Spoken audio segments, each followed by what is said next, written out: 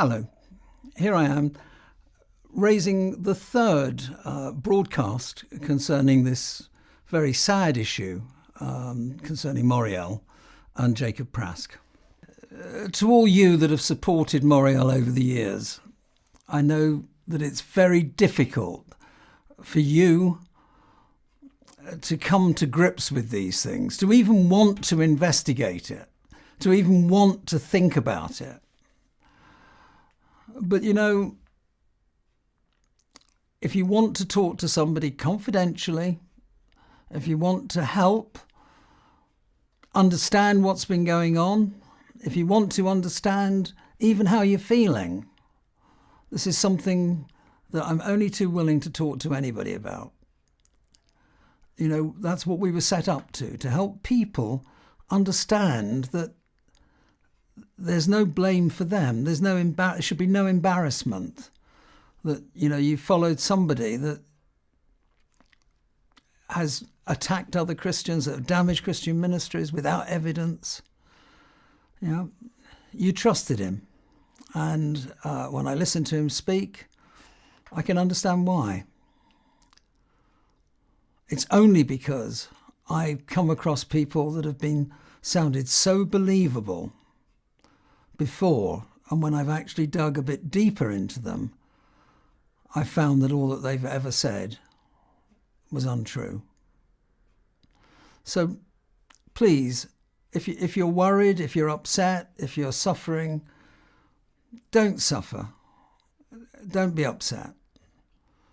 Just give us a ring, and I'm happy to talk to anybody. I first got involved with this because of the bullying of someone called Sally. And in fact, that's still going on. Just recently, there was a piece put onto the internet by Moriel that claimed to saying that we're not going to morally judge her. We're not the people to judge anyone. But then went on to say various things that incidentally weren't true, making it very, very clear that that's exactly what they were doing. I mean, it was an appalling letter, and one that I think is actually so bad that whoever wrote that and whoever decided to put it on the internet should get down on their knees and ask forgiveness, both from Sally and from God, for the damage that they did.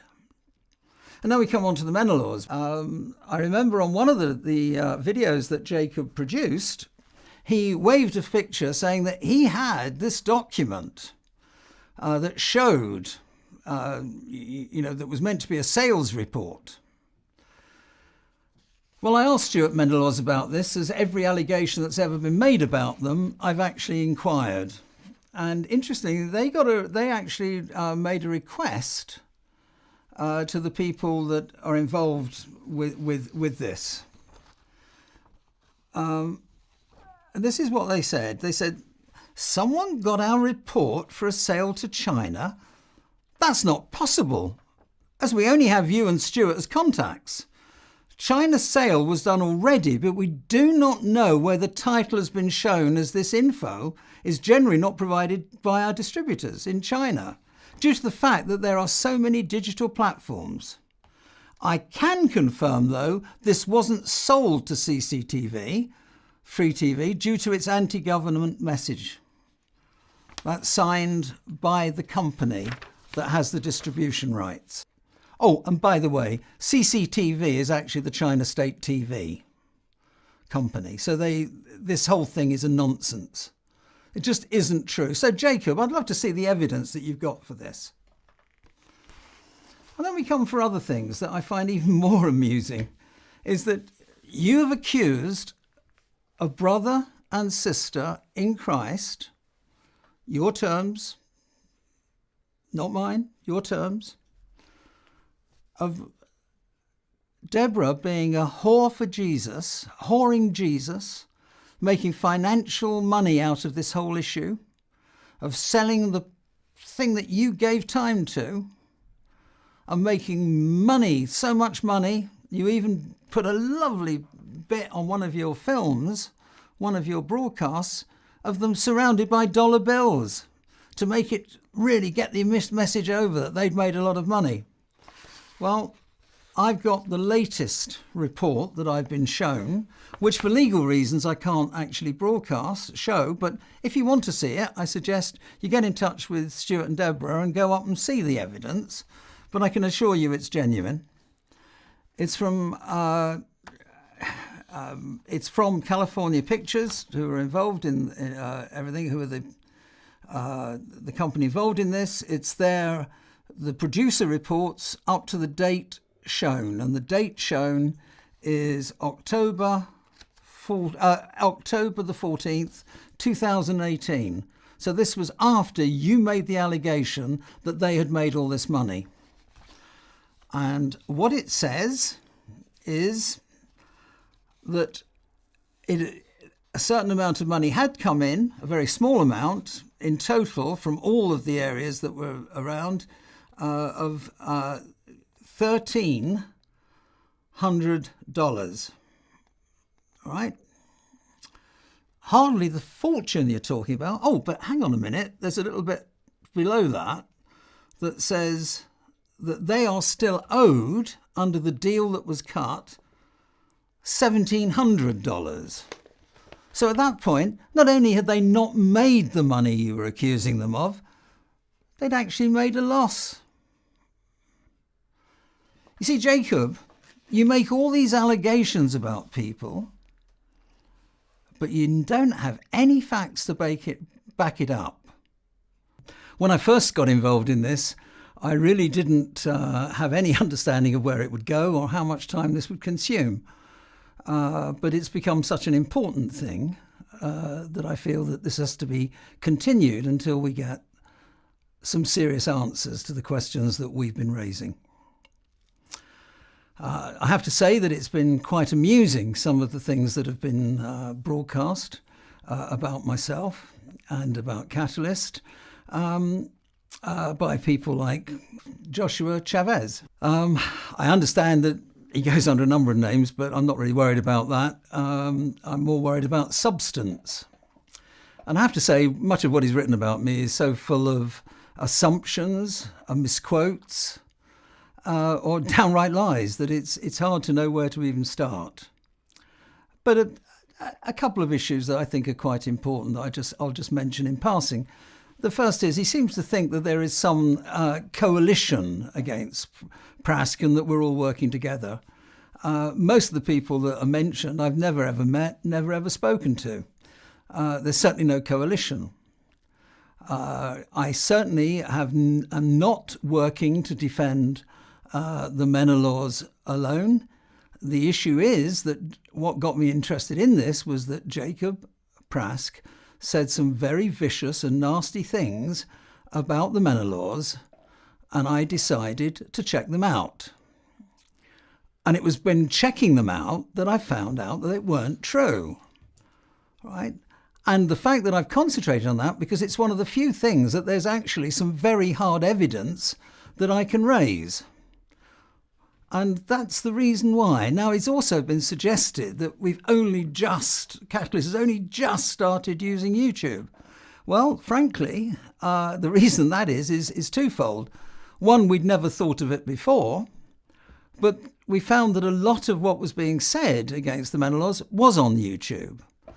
So if I was going to raise this, it was obvious that YouTube was going to be the people that needed to be reached. People that watch YouTube needed to hear the truth.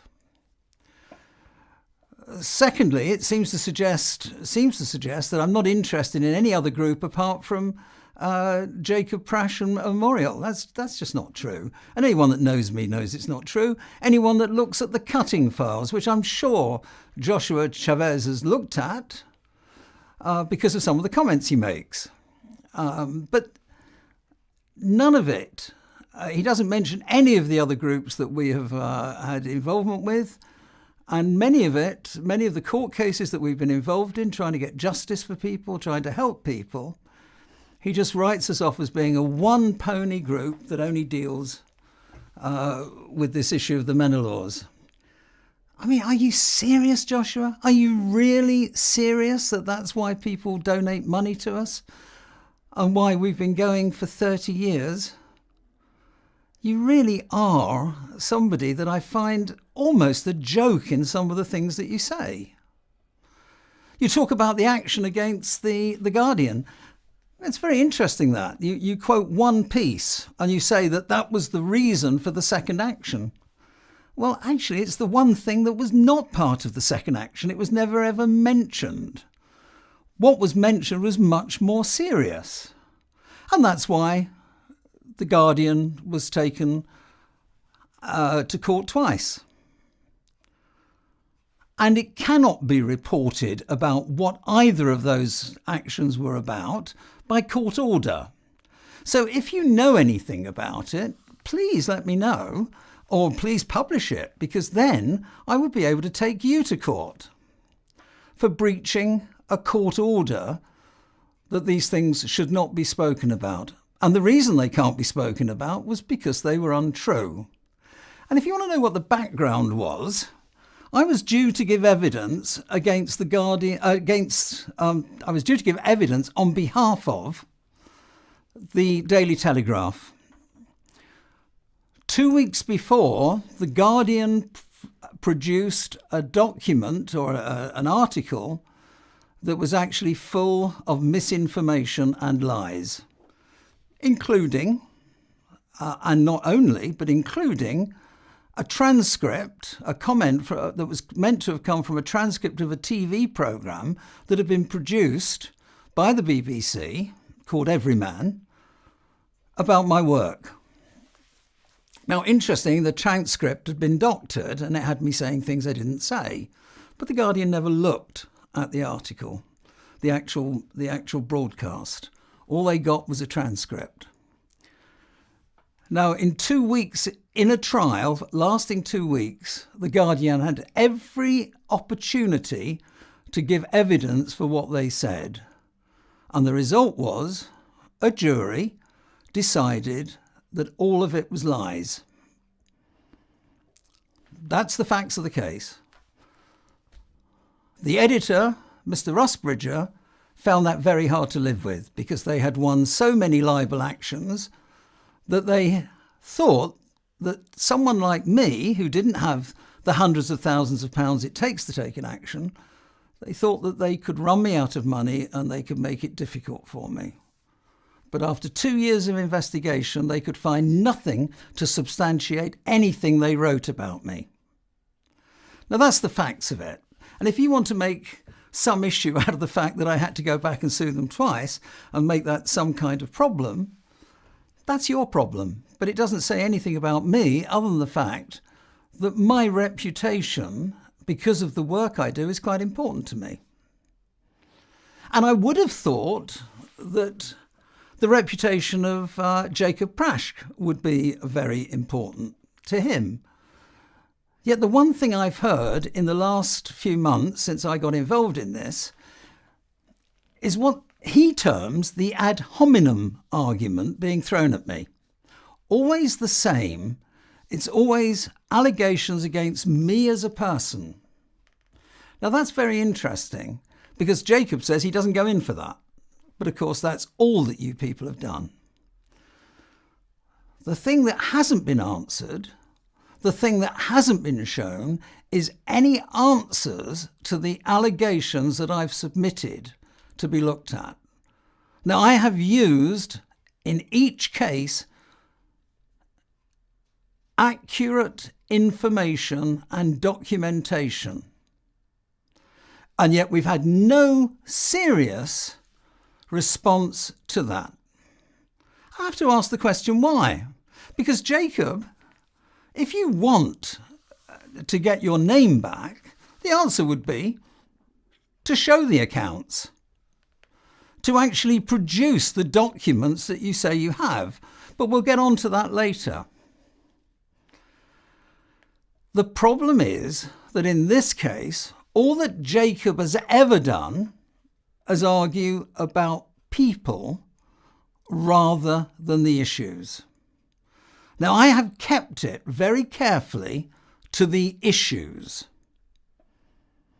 And that I find actually very disappointing that people like Joshua Chavez, Amos Farrell, Mr. Super Sleuth, the very experienced senior detective, who only ever rose to the rank of sergeant, which, if that's what the police are relying on, then I'd have to say we're in a very sorry state in this country.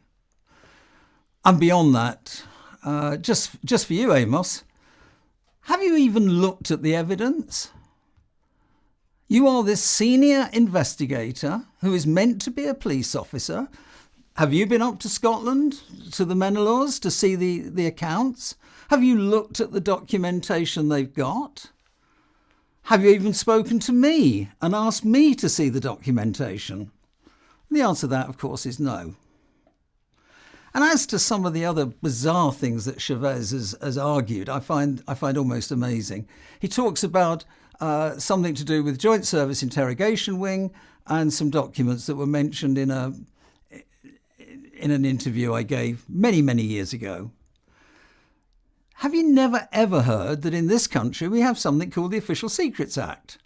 And when you sign a document like that, you don't talk about it. You don't talk about things like that. The document that I showed that person was a document that's called restricted, which is the lowest form of classification of security you can have. But as to why I got it and what I did has nothing to do with anything. I've never ever spoken of it, and I never will. So, Mr. Farrell, Mr. Chavez, start trying to actually get some facts together. Not just innuendo, assumptions that aren't true. Then people might take you seriously, but at present I find both of you just a bit of a joke, really, and some people that I just cannot take seriously. And if anybody that has read anything that they've written and you want to give me a call or you want to write to me, do write to me. I'm prepared to answer things that don't break the Official Secrets Act, but I will be honest and tell you exactly what happened with anything. In fact, many of the people that have actually asked to come and see me or have spoken to me, I've spoken to very frankly and answered every question they've asked. So there's your chance. You want to do some investigating? Come and ask some serious questions and you'll get some serious answers. Unlike Jacob.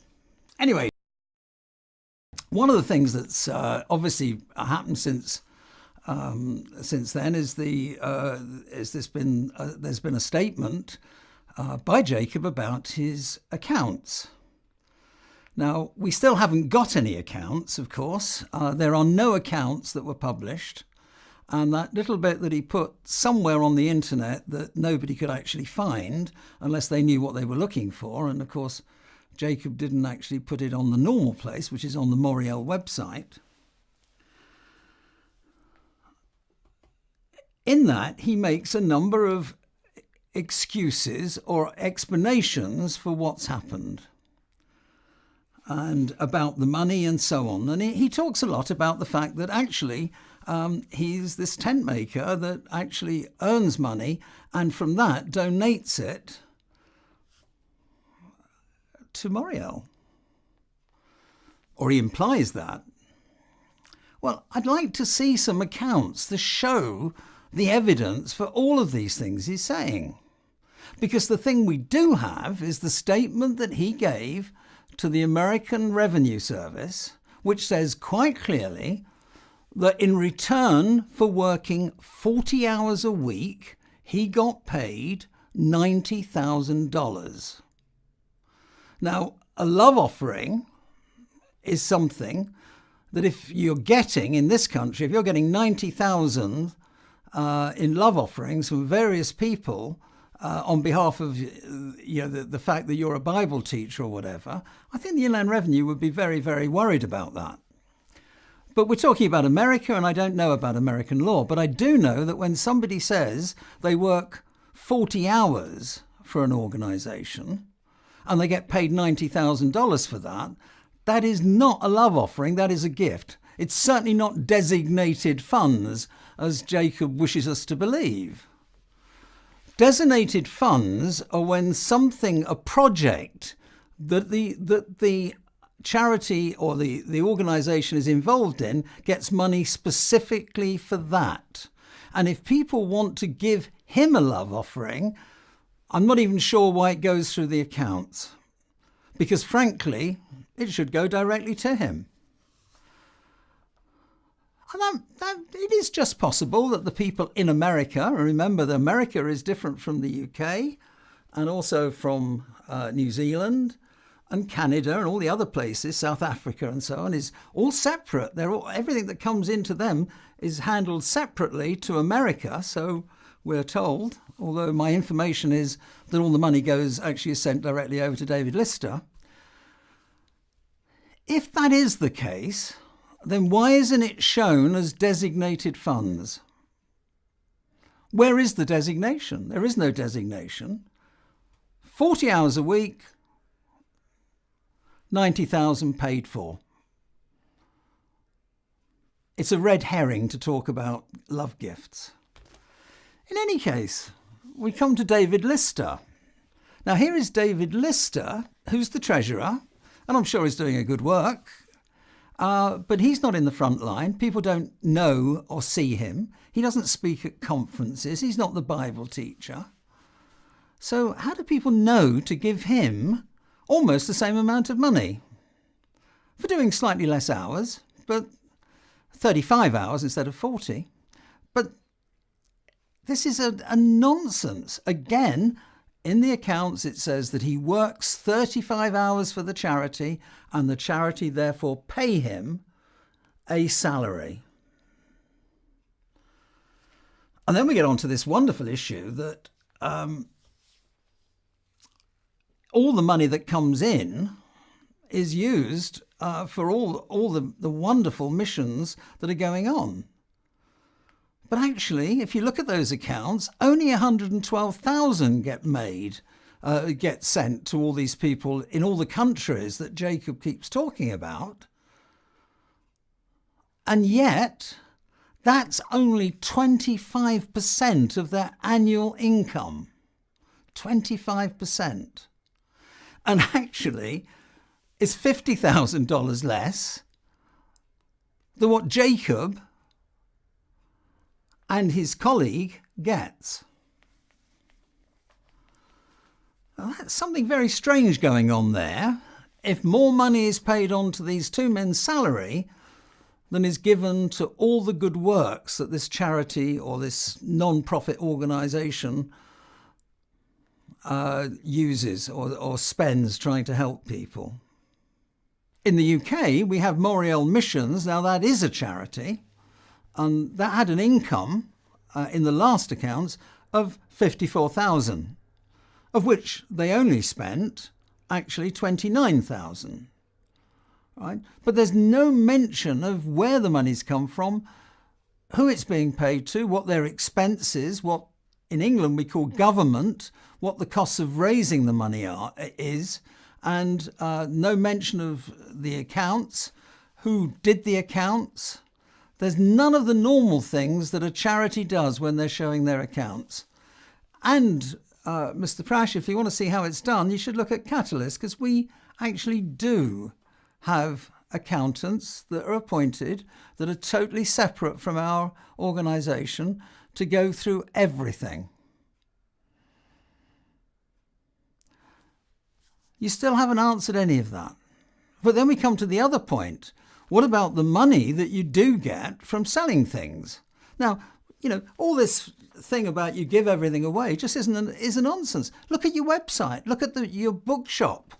Look at everything that you have on there. It all has a price. None of it is given away. And in the accounts that we quoted, in the returns that you made to the Revenue Service in the States, you clearly had figures for it. You had figures for how much they cost to produce and what the profit margin was.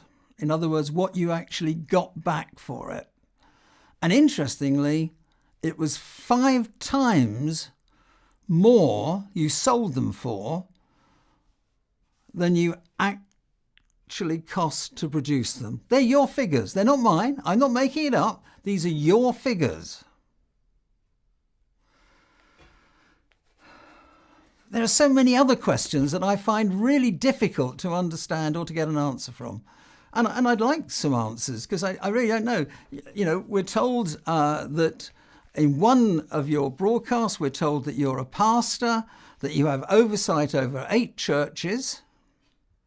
And then on another broadcast, you say, actually, I'm really glad that God hasn't called me into a pastoral ministry because I couldn't work in a local church. I couldn't have anything to do with it. I've got a problem with anger. Well, I might agree with that statement. But the other two, they don't come together, do they? They don't actually gel. You say one thing and then another thing. And this is a constant thing with you, Jacob. I don't think, you're a very good liar because you can't remember what you said before. One of the things that really seems to have upset both Jacob, Amos Farrell, and Josh Chavez is that they want to allege that Moriel is not under investigation by any authorities. Nobody has ever said that they have been. What has been said is that I am investigating them as the director of Catalyst. Can't be any clearer. And what am I doing? I am investigating. And just in case, Amos, I know English is not very good and you're not very good at understanding what words mean, but maybe you'd like to look that up in a dictionary, what the meaning of investigation is. And as you're meant to be a senior investigator, I would have thought you'd have known that. Anyone can carry out an investigation. We have never alleged that you're under official, or Jacob is under official investigation. It may come, but we'll see about that. And on that subject, Mr. Chavez, you might like to know your comments about you're going to go to the charity commissioners. Feel free to. We have kept to every law in this country, and I can assure you that there is nothing shady about anything that we have done financially. And we will answer the charity commissioners, and I'll also answer anybody that bothers to come and ask me about it. And, all you're trying to do is just blur the edges so nobody looks at the actual facts. And this is the thing that you people out there have got to do. You must look at the evidence. Another issue that I want to raise is because Josh Chavez accused me of 2 things, accusing Jacob Prasch of being an alcoholic. Actually, I didn't say that at all. What I actually said was he has a liking for Jack Daniels and malt whiskey. Now, since we actually broadcast that, right, we have had a number of bits of information that have shown that that is absolutely the case. Right? Now, if you people who are watching this think it's okay for someone to drink, expensive whiskey, that's fine if you don't have an issue with that. But I know that some of you will. And certainly, if you look at 1 Timothy, where it talks about, the requirements for ministry, you might read that and think that that's a problem, even if it's not a problem for a Christian to drink. Someone that drinks and has a fondness for Jack Daniels and Scotch whiskey, there seems to be a problem to me. So first of all, Josh, get it right. I didn't accuse him of being an alcoholic. He may be, he may not. All I've said is that a number of people know that he drinks. The second problem, which I find really interesting that you raised, was that I accused him of sexually assaulting women. I didn't say that at all. I made no such accusation. What I actually said was women had made statements to us saying that they felt uncomfortable by the way that he got too close, invaded their personal space. Now, how you can change that to something else shows just how badly you use the truth, how badly you quote things. I could go through lots of other things that you've said, but frankly, I'm not really interested in getting into an argument with you. My argument with you is that you just don't seem to have any idea of morality, of truth, of honesty, and you behave in a way that I find totally objectionable. But apart from that, that's up to you. That's your problem. What I have a problem with is Jacob Prasch, or Prasch, not telling the truth and misleading people. That's the issue. And if you want to make it about me, that's fine. We'll have that discussion. If you want to have that discussion with me, that's fine. But be careful, because there are lots of questions, not only about the several names that you use and the people you impersonate, but I've got statements about your behaviour, the way that you've recorded phone calls, the way that you've used things against people, the way that you've used private communications that you've got your hands on that you've made public. Frankly, Joshua, I think you are a troublemaker. You are somebody who likes to stir it up.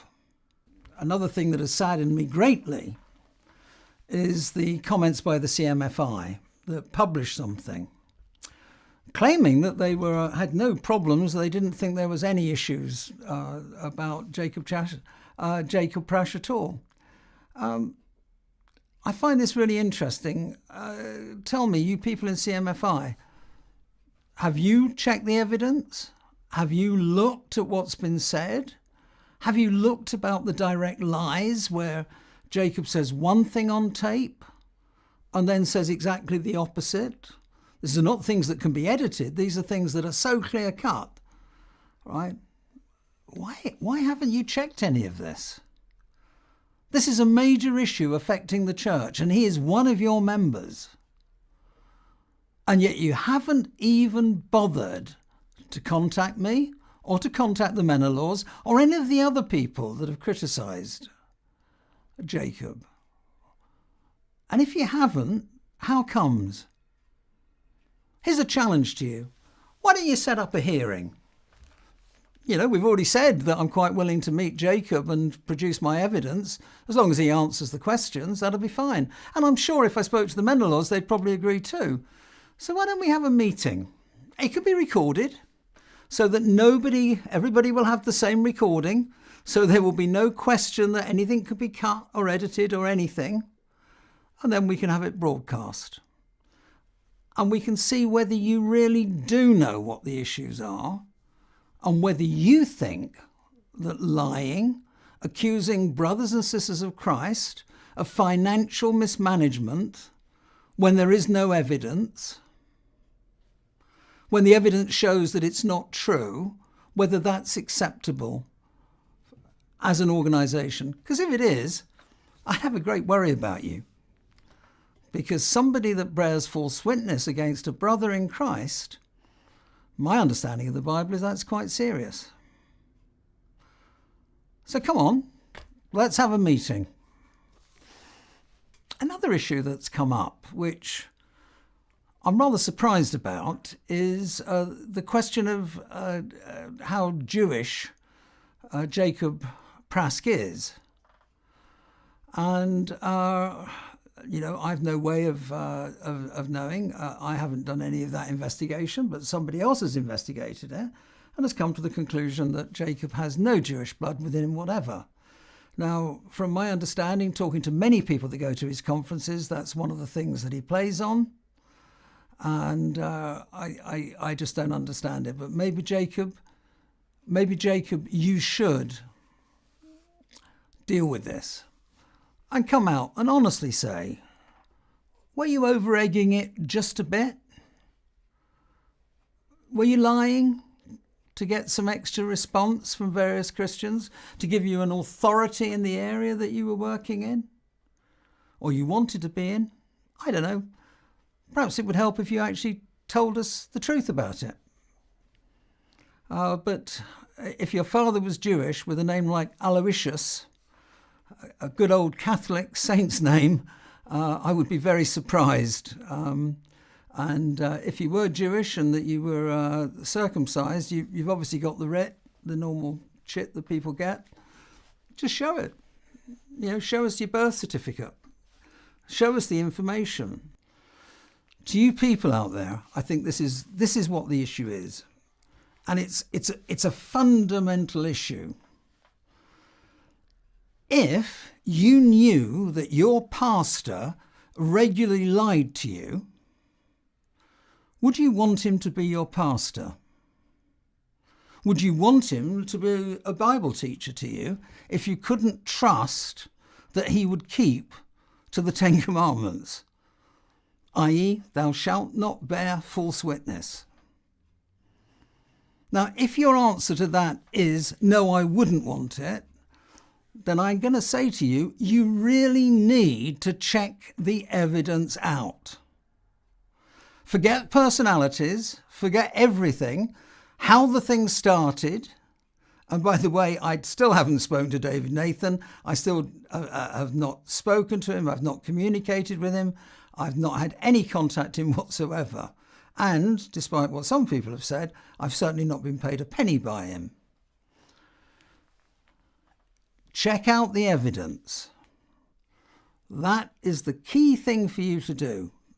And if you're willing to accept a Christian leader that doesn't know the truth or doesn't tell the truth, then I can only say, God help you.